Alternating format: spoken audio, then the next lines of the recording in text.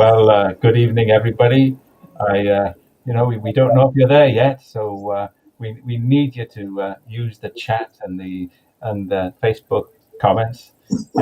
Give me a wave if you're there, please. There it is, four of us.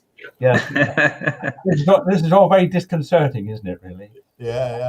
So this is, we are highly privileged to have three brothers here, the Kuhrt brothers, Martin, John, and Stephen, and to give us a lively discussion on family, friction, and faith. And please, if you have any words of encouragement and you want to ask some questions, use the chat facility in the Facebook posts. It would really encourage the guys here. Yeah.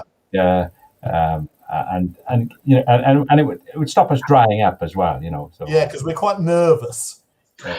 So I'm a bit worried that Stephen won't have enough to say.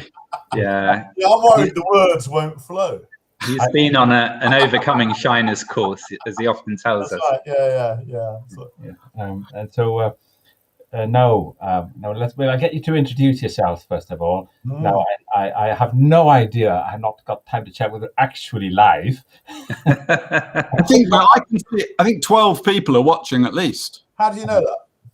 Because it says 12 and next to an eye in the corner. Oh, I got 15 on my eye. Oh, okay. Well, that's yeah. So join in the chat so we know who you are, everyone. I've got 15 actually. Yeah. Oh, I can't. See, I'm not used to this yet. Hey, John, we're in your hands. You're in charge. Left-hand corner. John, far away. We've only got an hour. Let's get going. Oh yeah. Oh, I'm sorry about that. Yes. Yeah. You're quite right. We need to get moving. Yeah. So look, I'll tell you what. Let's give a quick introduction. So, Martin, who are you, Martin? I'm Martin. I'm the oldest of us three, and currently I am a vicar in Aylesbury, church leader in the Church of England, and I've got a wife, Anna, and 4 children, ranging from Ben, 18, Harry, 16, Ollie, 13, and Elsie, 7. And we've got 3 lovely golden retrievers who we breed from, so we have occasional puppy litters as well. So it's a busy household, but it's great to be here this evening. Thanks, John, for setting this up. Over to you, John. Over to me. Great. Okay. Thank you. Yeah, my name's John. I am the littlest. I'm the youngest of our family. I live in South London in Streatham, and I'm the only one actually of us who isn't a church leader. So, rebellion is pretty unusual in our family. I go to a Baptist church. That's what. You didn't even marry a vicar's daughter like Martin and I did you? Exactly. Very disappointing. You married an ordinary girl. Well, yeah, she'll love watching that. You describe her as that. So I'm married to Nikki, and we live in Streatham. We've got 3 kids, Danny, Tom, and Jenna, and we've only got 1 dog. So Martin's already started the competitiveness. What a menagerie he's got. And I've always worked with homeless people for the last sort of 25 years, managing hostels and running services for people rough sleeping, mainly in central London. And now I work as an advisor in the government's rough sleepers team. And I specialise in how churches and faith groups respond to homelessness. So it's great to be here. And Stephen.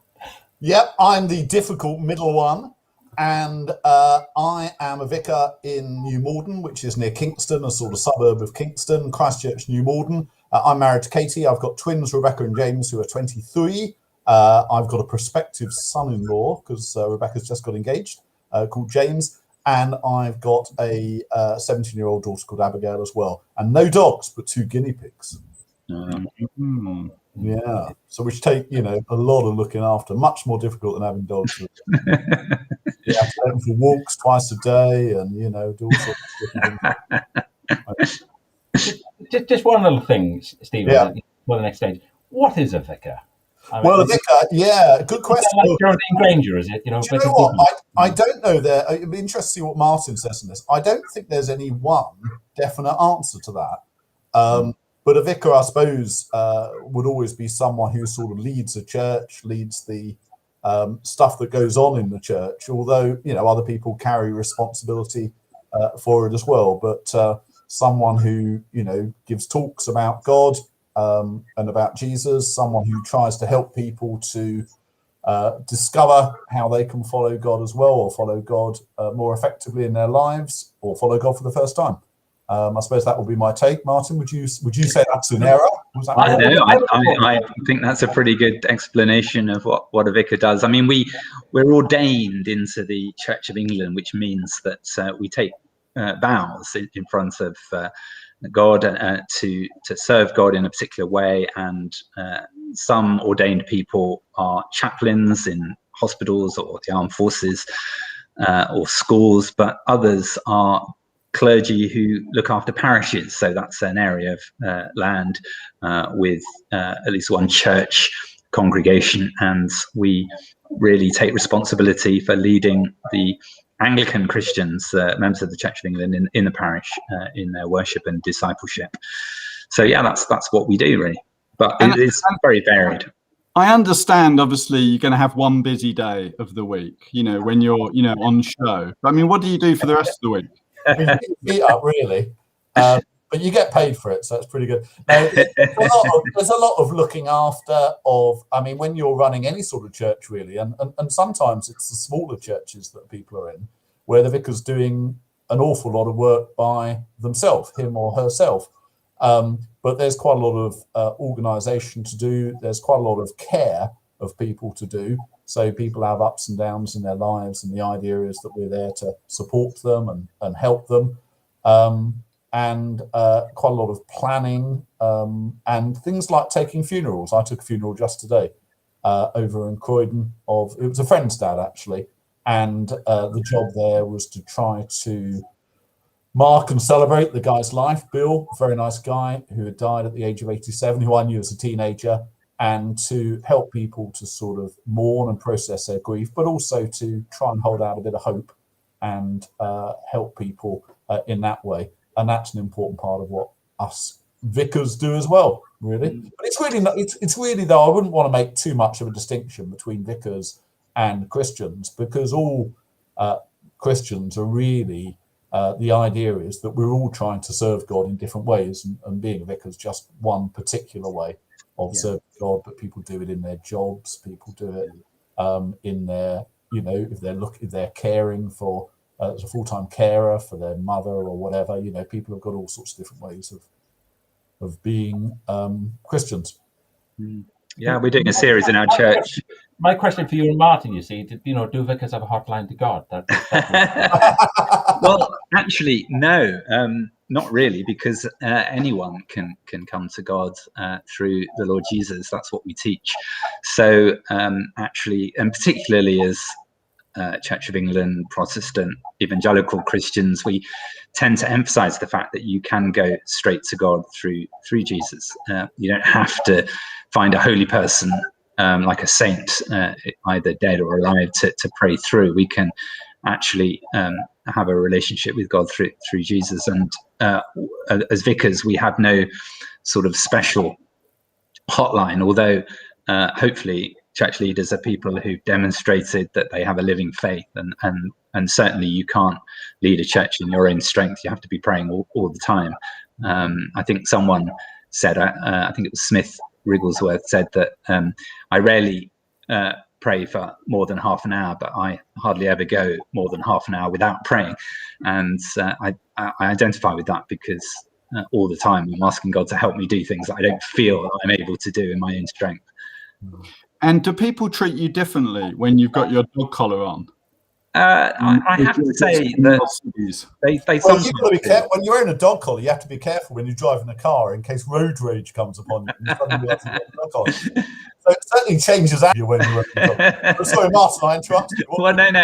I mean, that's a good point. People do notice, and that can be a good thing and a bad thing. It's a good thing. It's a good thing if you're not getting road rage and you're letting people, you're driving courteously. But I think it swings and roundabouts, because for some people a dog collar might put them off. It might kind of create an image that you're aloof and maybe a bit holier than thou, and they've got to mind their P's and Q's, and help, there's a religious person coming along.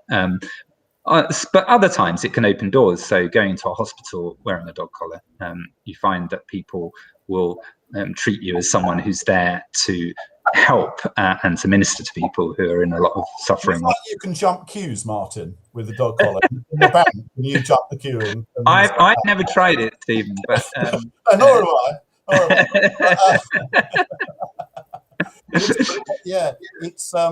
It's interesting how some people will treat you differently in a way that in some ways can be quite positive. When you're wearing a dog collar, people will start up conversations about God a lot more quickly. I've been at train stations where I've been coming back from a meeting and I've still got my clerical collar on, and people have wanted to start talking in a way that I think probably they wouldn't have, well, they definitely wouldn't have, if they hadn't seen me sort of wearing my clerical collar. So I think it's got quite a lot of advantages, really. It's not too ostentatious, but it does show fairly clearly that you are someone who's very keen to talk to people about God, or should be. Thank you. Good answers. Actually, there was one thing that we were talking about driving. One thing I know about Martin, he does happen to be the leader of the church, my church, is that he's an excellent driver. Isn't that's true, isn't it, Martin? Well, that's very kind of you to say so. I did borrow a friend's car, and he had one of these black boxes for his son to make the insurance cheaper. And as I confessed to the congregation, I borrowed the car for 2 weeks. And when I sent it back, they said that they then heard from their insurance company that their son's driving had deteriorated markedly over the last 2 weeks, and their insurance was going to be raised a bit. So my family found that deep vindication for their complaints about my driving. But Ben is learning to drive at the moment, and I've taught him all my bad habits, and the professional driving instructor is trying to straighten him out before his test. But we'll see if he see, John passed his driving test first time, Martin passed it second time, I passed my driving test fifth time. Years. And I only got through because I had a very bossy curate at my church, Helen Hancock. She's the sort of assistant vicar.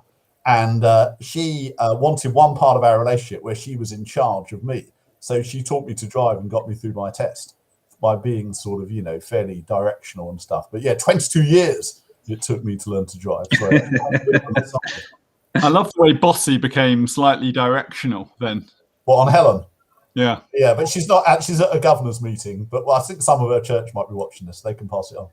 Good. But, and you've been an inspiration to me about perseverance, Stephen. So yeah, it's funny. It's funny actually. It's a good example of something where I thought it was an absolute mountain that I just in no way could pass this driving test. Because once you fail a driving test twice, I think it all becomes psychological, and and so it was actually a good example. While I joke about it, it was a good example of what can happen when a close friend says, I will accompany you and to this goal. And so it was actually a very powerfully Christian thing, because, when you've got encouragement, particularly with someone sort of coming alongside you, it's amazing what can then happen. So I see that as a vital example, actually, of the way I benefited from someone identifying something that I was really quite, fearful of and had given up on, really. And I think a big job of vicars, but all Christians, is to help people through all sorts of difficult things, obstacles, tricky things, to encourage us to I often talk about trying to help people become the people God made them to be. And that can have all sorts of applications. But it's really about being able to fulfill your potential. And usually we need others to help us. We aren't really made as human beings, I think, to do stuff by ourselves. We're made to do it in company with others. So I joke about it, but actually it's a very serious example. Nice segue, I thought there. Nice illustration. Nice what? A segue? Yeah. I thought we were trying to avoid jargon. Well, you just shifted nicely. I'm just trying to get us back onto what we're supposed to be talking about. What are we supposed to be talking about? I don't know, John might help us. Because we haven't talked about John's work and stuff like that. We've got into 16 minutes here, and we're just getting off at a starter, aren't we? Really? We are. So and I had the first question I had in my mind, because I know Martin, and I don't know Stephen and John hardly, but I do know that your dad is a vicar as well. Oh yeah. I think I think a little bit disapproving of John's association with the Baptists. Sorry, but but you grew No, up. he was brought up as a Baptist, so he's not actually. That's covered the friction element of the. We can get on to the rest now. What's your question, John? So my question is, what was it like growing up in a vicarage, and did that influence your lives in any way? That's free. So who would like to answer that? Well, I'm going to kick off. Yeah. I think there were loads of good things. Really, looking back, I mean, firstly, you get a nice nice big house. That's always a bonus. And we lived in a good area, and we're part of a very active church, especially for the major period that I was kind of a teenager. You were part of a big community. There was a lot going on. There was a great youth group. There was a lot of children's work, a lot of friends and people connected, with the church. So that was all really good. I think one of the things that's a little bit of a challenge is you're sort of semi-public as a family. You're a little bit on show. And I don't think I liked that much. I didn't really like that. I think Stephen probably relished it a bit more. Yeah. But I mean, I didn't really like the fact that people would make comments about my dad's job and this kind of thing. And I think probably a bit more deeply, I found quite a lot of church quite boring, really. And I think I had to separate a little bit the actual message of Christianity from sort of church culture. And I think that's hard to separate when you're growing up kind of immersed in it. I describe it's a bit like being sort of marinated in the church, and it's what you know. And I think that gives you a lot of good things, and it's taught me a lot, and it's stuff I look back on and appreciate. But I think that was probably one of the things. And I had to find my own beliefs out of that context, really. And of course it contributed, but I think faith really made sense once I'd left, and I'd gone away. It's things like summer camps and other forms where really faith came alive to me. Mm-hmm. Who's going to go next? Well, are you going to go next, Stephen? Yeah. Oh, you go next, Martin. That's all right. No, up to you. Well, I worked out that Stephen's the noisy one, isn't he? Okay. Yeah. Well, I can say a bit. I mean, basically, I did, I think, really enjoy it, partly because you did get quite a lot of attention, which I thought was okay. But I think the major thing was an awful lot of kind people giving you that attention. And I didn't really fully realise this until I was older and realised that not everyone sort of had that. But to be in the centre of a community, growing up with a lot of very kind adults, being very supportive and encouraging, partly because you had a bit more profile, I think, made a real impact on me. So it was something I quite enjoyed. I suppose I went to a Church of England secondary school where there were quite a few other vicars' kids and stuff. So I was never particularly, I never felt it was particularly odd. There were, when I joined secondary school, my two close friends were Baptist ministers' sons, actually. So yeah, but it was it was okay. I was thinking about this afternoon. I can't think of any particular negatives with it. It was something I enjoyed really. But what about you, Martin? Well, yeah, I certainly identify with what you said about being in a community where there's a lot of love. A lot of lovely people, older folk will give you a great big hug, and of course we've forgotten what hugging is like in these days of the pandemic, but people who would just sort of envelop you in love, really, and that they pray for you as well, and a lot of kind, lovely people. And I think being brought up in an atmosphere of faith is great, having parents, observing them following Jesus. Through good times and not so easy times. I mean, one of the things perhaps for me, when we moved down to Croydon, I was 13, and we'd been living in a village in Staffordshire. And certainly I felt that to be a downside at the time, the dislocation involved in moving, because Dad felt called to a new job. And, you know, I remember as an 8-year-old sort of bursting into, as a 13-year-old actually bursting into tears when I was told that we'd be moving. And it took me a while to get used to living in the suburbs of London, coming from a village. And I think I felt a bit hacked off for some of the time. But then in retrospect, I think what I lost, I gained in other ways, new experiences, and we were in a bigger church and more people around. So, you know, that swings and roundabouts. Yeah, my memory, Martin, is that I burst into tears. We were called into Mum and Dad's bedroom. I remember this very clearly. We sat on the bed. I burst in tears because John was little. He followed suit and burst in tears. But you didn't. I remember you being quite sort of, you know, philosophical about it. You know, I think that's because they told me first, and I cried. I did crying, and then I got my act together for when they told you. I didn't know that. I'm only learning this. I thought we were all had it revealed to us at the same time. Yeah, this is like online therapy. Yeah. I was the one who cried. It makes sense now. It's like whatever happened to Baby Jane. If I'd known that all these years, we could have been close. But you do get a bit of stick for being a son of a vicar. I mean, you get some very odd things.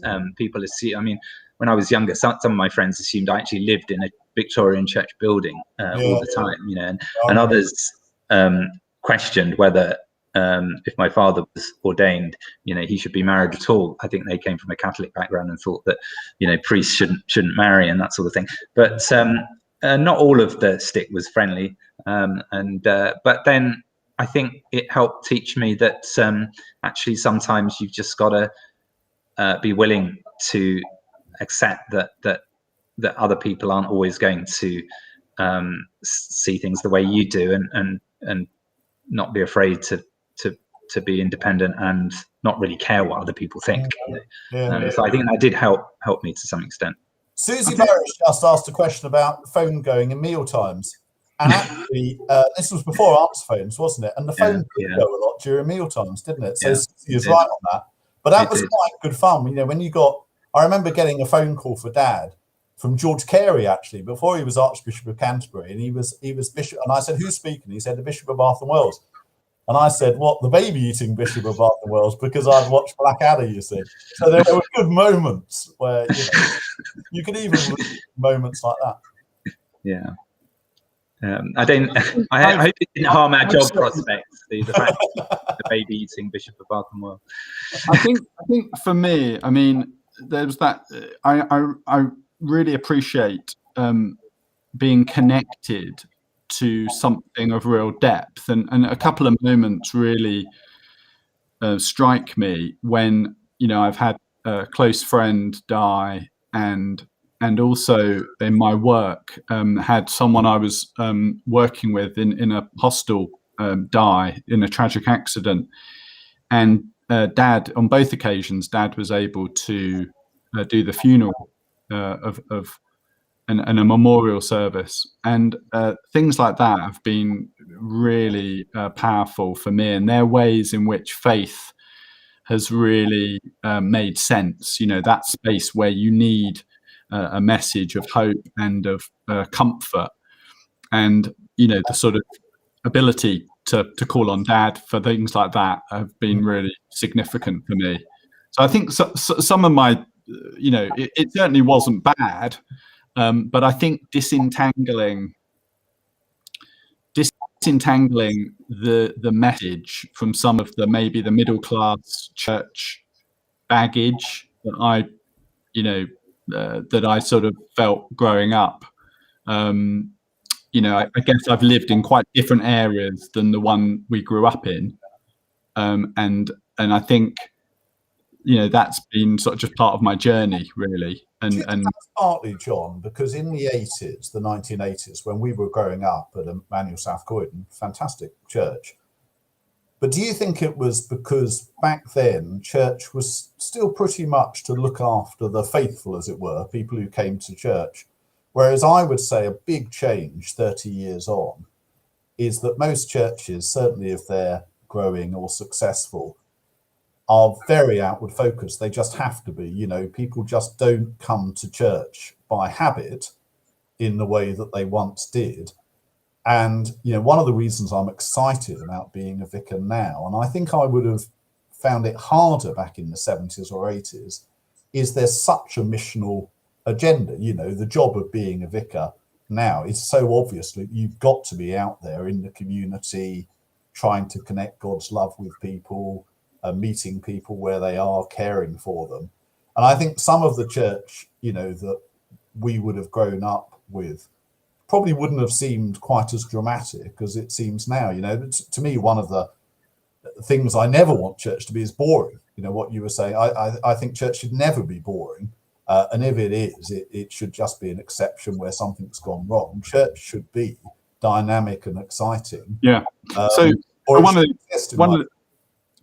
examples of that, one of the things that really, really made a difference for me was getting involved in this holiday club that we all got involved in up in Islington. And that was something that our church was involved in. And that really had a big transformational effect on my life, basically, because we got involved. And that form of faith really, really made sense to me, that we were going into an area of a lot of deprivation and difficulty. And Stephen got beaten up there just to sort of, win his spurs. And basically, I was invited to move into that area by the church when I was in my early 20s, and that really that had a massive effect on my whole life, really, actually. And it was such a different area than growing up, and I think I realised, how privileged we were, really. Yeah. And that's a great thing. It's not to be taken lightly. But I think faith that really, really makes a difference, that combats poverty, transforms people's lives, makes a real practical difference, is the sort of emphasis that I've really, that's really made most sense to me. And they're the people who've inspired me. And, so I'm really grateful to the fact that we did that experience up in Islington. Yeah, it was great, wasn't it? I mean, this holiday club was in, a very deprived part of London, and John did the teenagers. I think Martin did as well. I did the 7 to 11s. But you had these kids from 10 in the morning till 3:30 or something. They brought a lunch with them, and but it was really exciting, and it felt. And I think, in my experience, a lot of people who sort of join churches and become Christians today. Sometimes it can be because people have an aware of a real sort of sense of spiritual plight and they want an answer to that. But more often, I find people want meaning and significance to their lives. They want to join up to something which makes sense, where they can contribute their gifts and their energy. So one of the most exciting things we do at our church is a night shelter for homeless people. And John, can say more about this sort of thing because it's his work. But actually, so many people who come and help on our night shelter, sometimes they haven't belonged to our church for very long, but at the end of the evening they say things like, I absolutely loved that, it was a fantastic, and they've been really aware that they're involved in something hugely significant, and sometimes they need it a bit unpacked and explained about what might be going on there. But it's a very good entree into what Christianity is all about, really, because if for that evening people are giving up an evening and trying to serve people who are in a very vulnerable position and finding they're getting back an enormous amount through doing that, then everything about Christianity starts to make a lot more sense, because they've had that sort of experience, they've had that taste of what it really is about. But John, that's your field, really, isn't it? Well, yeah, and I think yes, it really inspires me to see the way that faith. When I was 18, I had a job as a cleaner. I had to be up at the Strand at 7 o'clock in the morning, and I was really, really shocked by how many rough sleepers there were up on the Strand, and that had a big effect on me. I went and studied social work, and then, as I said, went into work with homeless people. But it really inspires my faith that the world of homelessness has been so affected by Christians. So organisations that a lot of people would have heard of, like Shelter and Centrepoint and Crisis, were established by church leaders, all of them. And then up and down the country, as Stephen said, there's all kinds of churches, like Martin and Stephen's churches have both been involved in night shelters, and obviously got things like food banks and debt centres and a whole range of social action. And I think that is, as Steve said, is a really good sort of introduction for people. They want to see not a load of good ideas by themselves, but things that are transformative, that make a difference. And I think, the interesting thing is churches can host these things and actually have quite a lot of different people involved, but also help people connect with the message that's inspired the whole thing. You can't be disconnected. It's like faith is like the roots and it produces fruits, and they're both really, really critical. So we've got to be, we've got to tend to the roots, but also got to be fruity. I like that.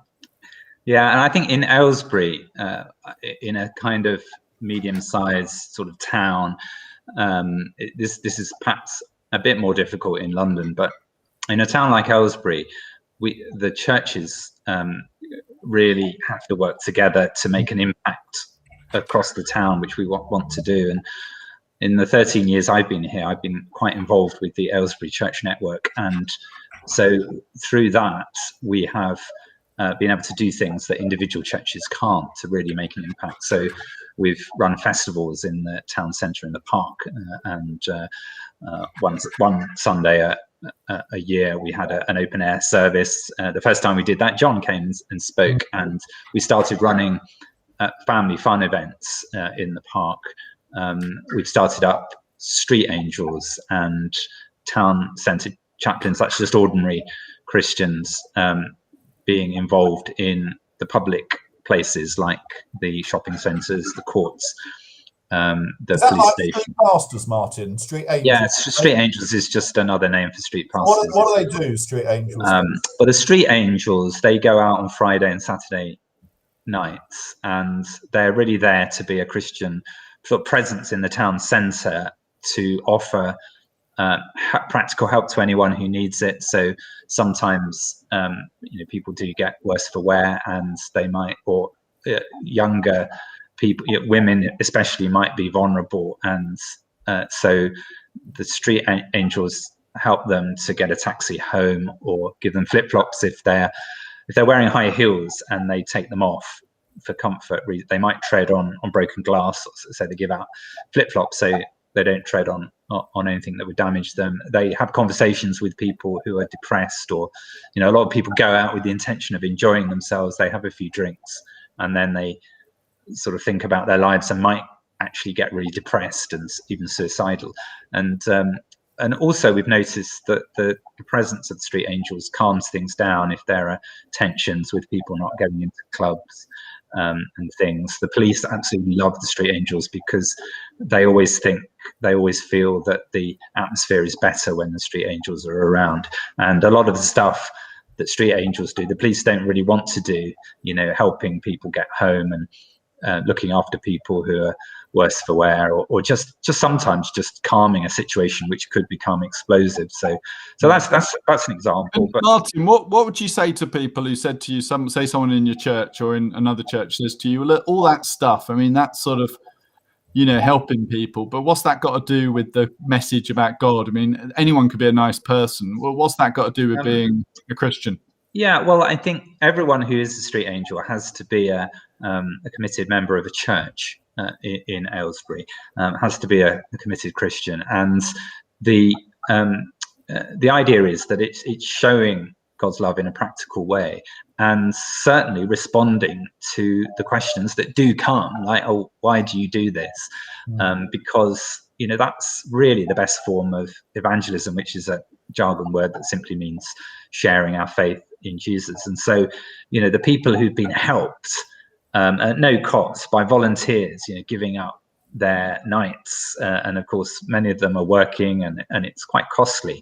So it's a demonstration of sacrificial love, and a lot of the time they get questions like, why are you doing this? And some people have been very impressed by the fact that the street angels are all from different churches, because they've been told that all Christians are disunited. They're all different denominations, and they all believe different things, and Christians can't work together. But they see that actually they do work together, and that makes a big impact as well. So yeah, it is about bringing Jesus into the town centre, and into the darker places, sometimes the riskier places, and people are just very impacted by what they do.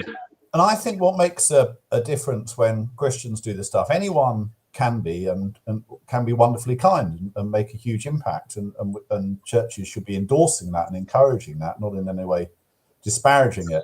But I think the difference that it makes having a Christian faith is that it's the faith element of it. So if you believe that every act of kindness, however small, has got God's powerful love behind it, then that's a huge motivation to keep going when it seems, from a human point of view, totally pointless. So I think motivation is massively helped by a Christian faith, because you really believe that you're tapping into something that's much bigger. At this funeral today, I did a funeral of a guy who was incredibly kind and made a massive difference, very practical guy, and also always helping people. And I spoke a little bit about kindness punching above its weight. And the Bible does talk about kindness, and kindness quite often is small, very undramatic acts that aren't going to make anyone famous or get them a fortune, but they possess this strange power to punch above their weight. Someone can be having a terrible day, and an act of kindness, very small act of kindness, sometimes can make a massive difference. And I think as a Christian, I believe, and probably we all believe this, that the reason, the logic behind that is that there's a supernatural power from God which is at work, particularly when people sort of get out of their comfort zone and do stuff that they don't need to. And quite often God's power, I believe, can work most powerfully when we're at our most vulnerable, when it seems most hopeless and helpless, And I think that's why that makes sense of, it's not just a coincidence that Christians set up all these homeless charities, or it's not a coincidence that, Martin Luther King and the civil rights movement, the powerhouse of that movement was local churches. Obviously, it wasn't limited to them, and it was a bigger movement. But I think throughout a lot of social change and reform movements, whether that's anti-slavery or child labour in factories, there is people who believe in something bigger energizing that and resourcing. And I think this, maybe for people listening, this is important because there's this whole scope that faith can be transformative, from the smallest things to the biggest things. And this ability, as Martin said earlier, for Jesus to be able to directly transform someone's life on an individual, personal level is true and vital.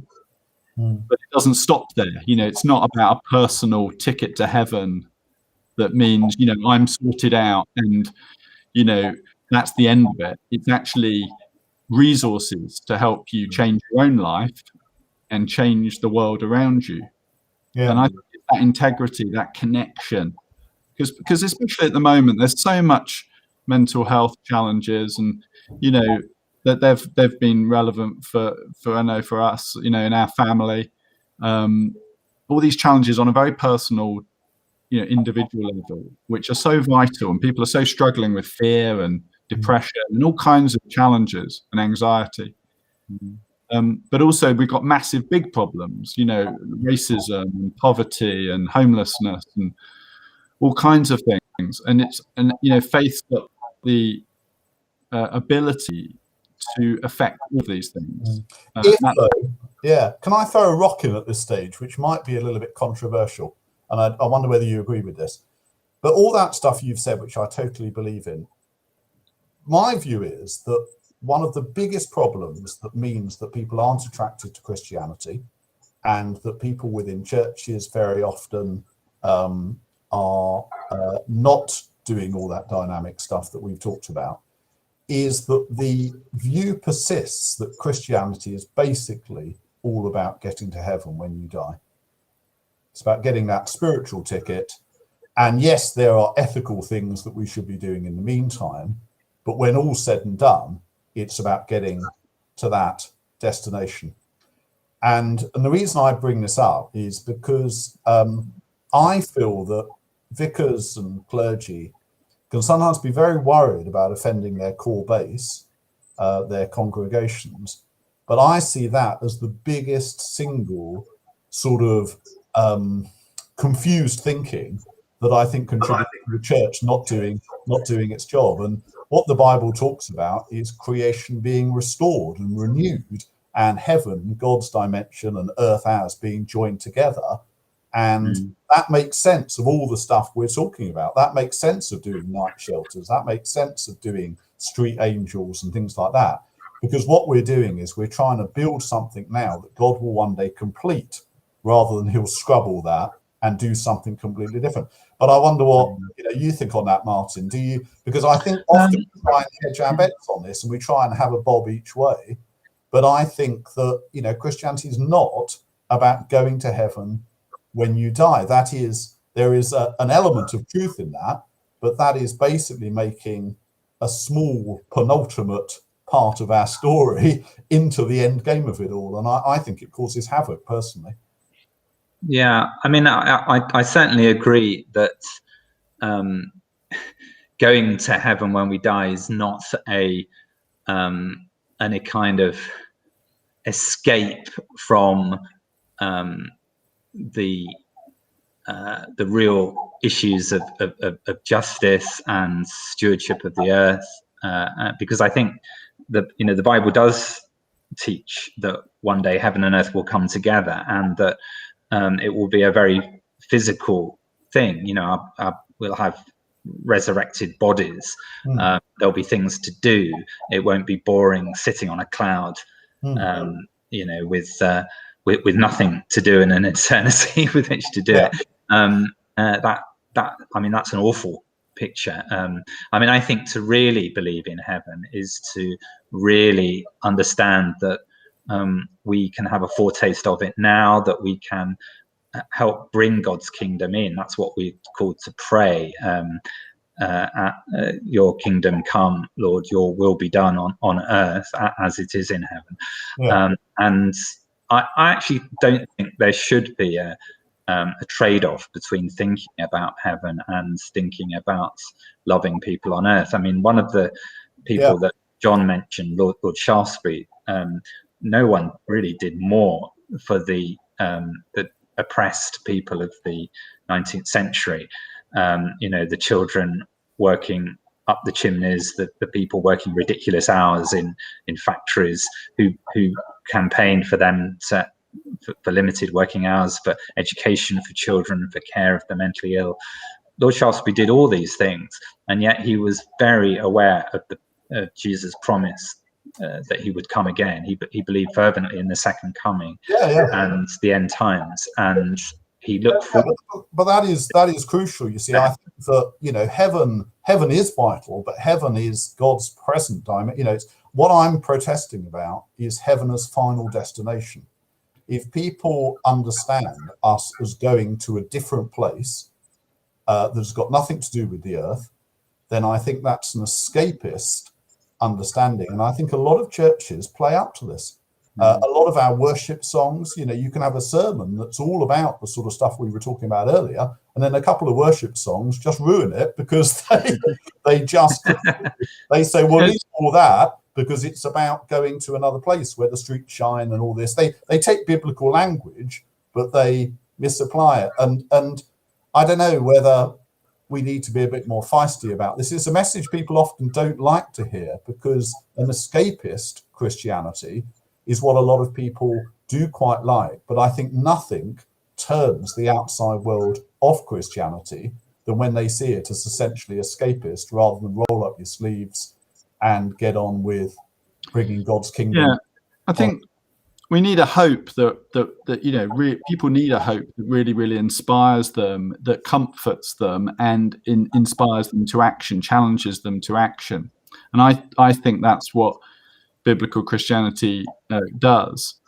I mean, it's interesting, you know, Mark said, you know, religion is the opium of the masses, and quite a lot of the time you can see why he said that, because if it's just a drug that makes you feel good for a couple of hours, you know, I've worked a lot with heroin users, and you know, they feel great when they take heroin, and everything's right with the world for the time, you know, while the hit lasts, but then it fades and it's destructive. And I think we've got to be really honest about, you know, for all of the Christian heroes of Martin Luther King, Lord Shaftesbury, etc., all these people, you know, the people that they were fighting against were often other church-going Christians who believed in the opposite, and upholding. And I think being honest about those failures is important, because you know, even the Bible is very honest about the failures of the church, and the sinfulness or the brokenness of the church. And you know, lots of people have experienced that, and you know, we shouldn't downplay or dismiss that, but that doesn't mean that the hope that it's all rested on isn't real and transformative. And you know, in my job, I'm so fortunate because my job's all about the way that churches and faith groups respond to need and homelessness, and I just see amazing things every day.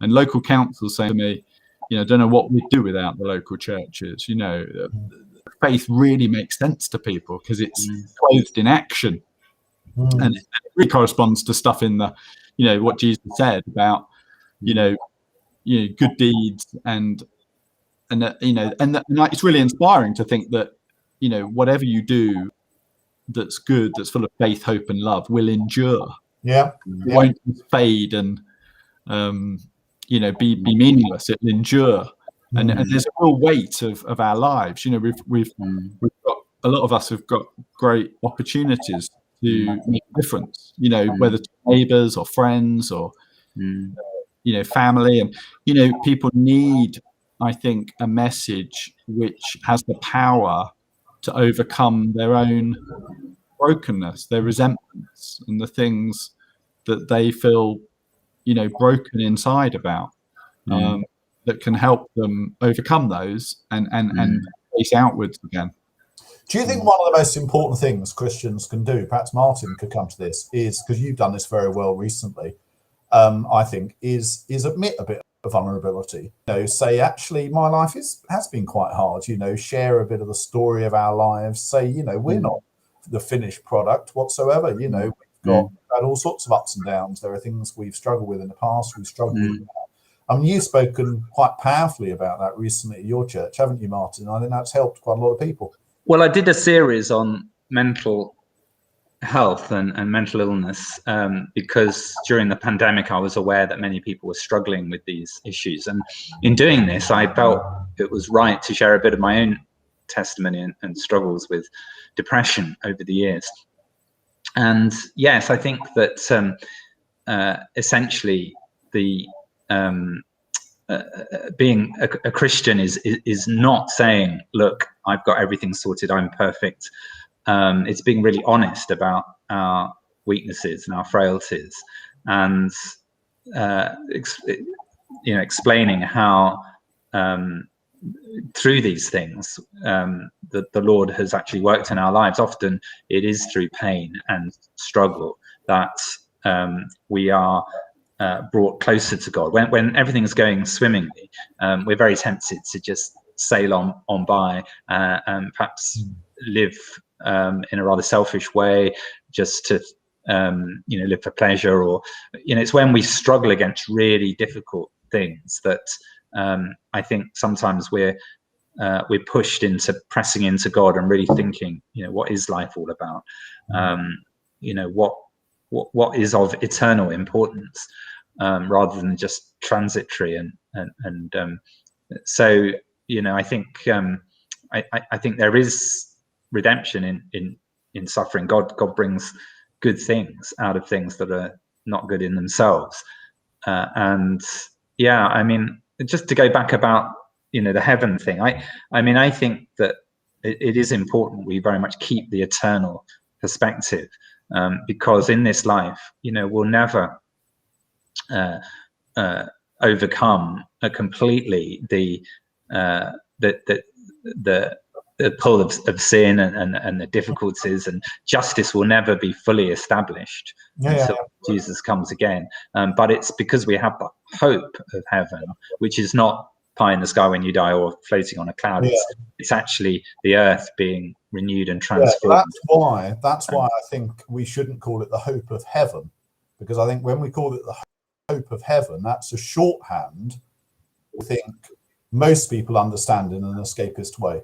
And I think if we talk about new creation, as the Bible does, and new heavens, new earth, you know, if we're precise on the language the Bible uses, I think we avoid slipping in to and it's understandable, you know, when you do a funeral, people want to know where their loved one has gone, and I believe, you know, that if they've had that, you know, we can be sure if they've had a relationship with God that they've gone to be with Jesus. So I don't believe it's inaccurate to say that when people die, they go to heaven, they go to be with Jesus because Jesus is in heaven. But that's the penultimate chapter of their story. The final chapter, and the really important one, is when the dead are raised and creation's restored, and I believe that has rather been lost.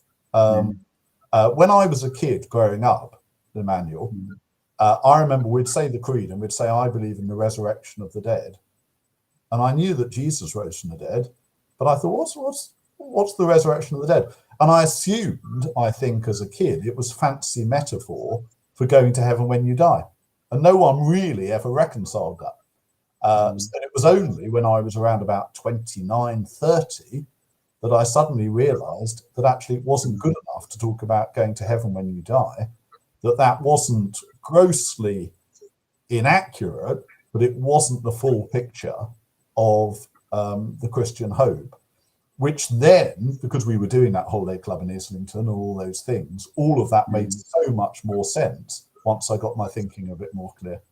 I think it's interesting thinking, coming back to obviously the fact we're all brothers, which is probably the sort of defining reason why we're doing this, you know, why we're talking about things. And I think it's worth saying that I think this issue of maintaining faith through struggle and through difficulty is something that's always really struck me about our parents, and especially with our dad, with what he went through as a child, which you know, just so people know, you know, he was the son of missionary parents, but had, you know, really chronic serious illness when he was young, and struggles with disability, and it meant he was living really back in the UK without his parents for many years.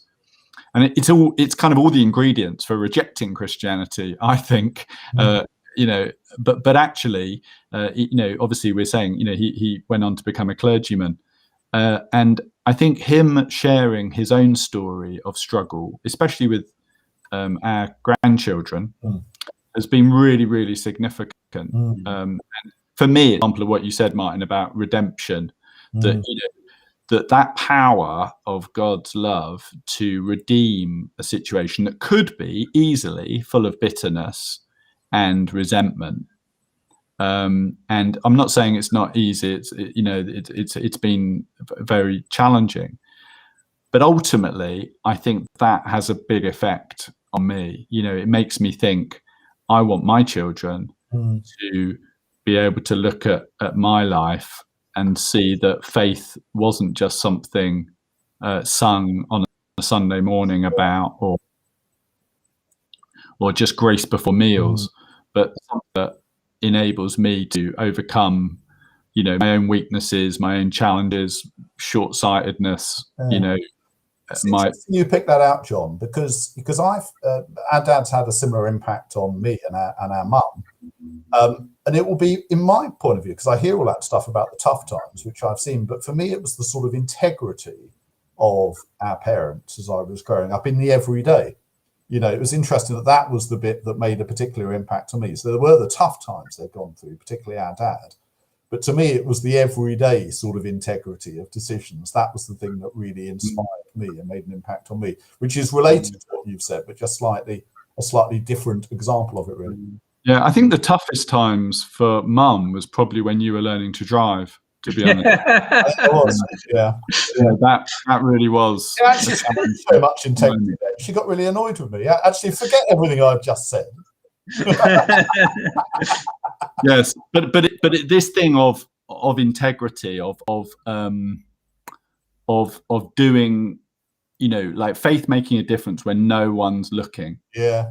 Of it being able to reach into your, most tricky areas of your life, and I think that's what the cross is all about. That God, the God who created the world, doesn't just sit far away, but came to earth, took on the very, very worst of what the world can do, and the death by an imperial power, and the rejection by religious authorities, the betrayal of friends, being all alone, ultimate rejection that can really show solidarity with people who feel like that here and now, and yet then conquers that and redeems it. And it's like God scoops right to the very bottom of the sludge of the world and triumphs over it. And I don't think there's any story that's got that power. And